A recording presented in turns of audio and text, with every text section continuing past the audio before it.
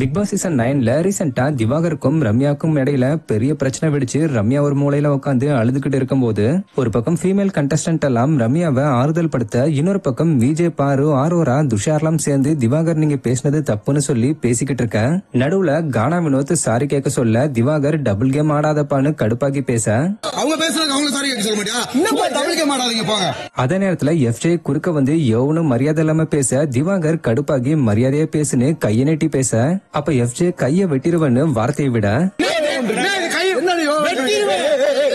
திவாகரும் வெற்றிவேணி முடிஞ்சா வெட்டு பாக்கலான்னு கத்தி பேசிட்டு போக, அப்ப கமருதீன் திவாகர் கைய பிடிச்சு பேசும்போது சும்மா இருப்பான்னு கைய உதறிவிட,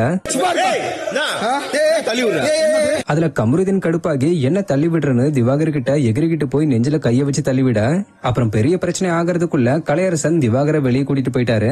ஆக்சுவலா இந்த சம்பவத்துல திவாகர் கிட்ட எஃப்ஜேவும் கமருதீனும் ரொம்ப தப்பா நடந்துகிட்டாங்க. பட் அதை யாரும் பெருசுபடுத்தி கேட்காம திவாகரை மட்டும் கார்னர் பண்ணது கொஞ்சம் ஏத்துக்க முடியாத விஷயமா தெரிஞ்சது. சோ இதுல யார் மேல தப்பு இருக்கு, யார் பக்கம் நியாயம் இருக்குன்றத பத்தி நீங்க கமெண்ட்ல சொல்லுங்க. இது மாதிரி பிக் பாஸ் சம்பந்தமான அப்டேட்ஸ்க்கு மறக்காம நம்மளுடைய சேனலை சப்ஸ்கிரைப் பண்ணிக்கங்க. தேங்க்யூ.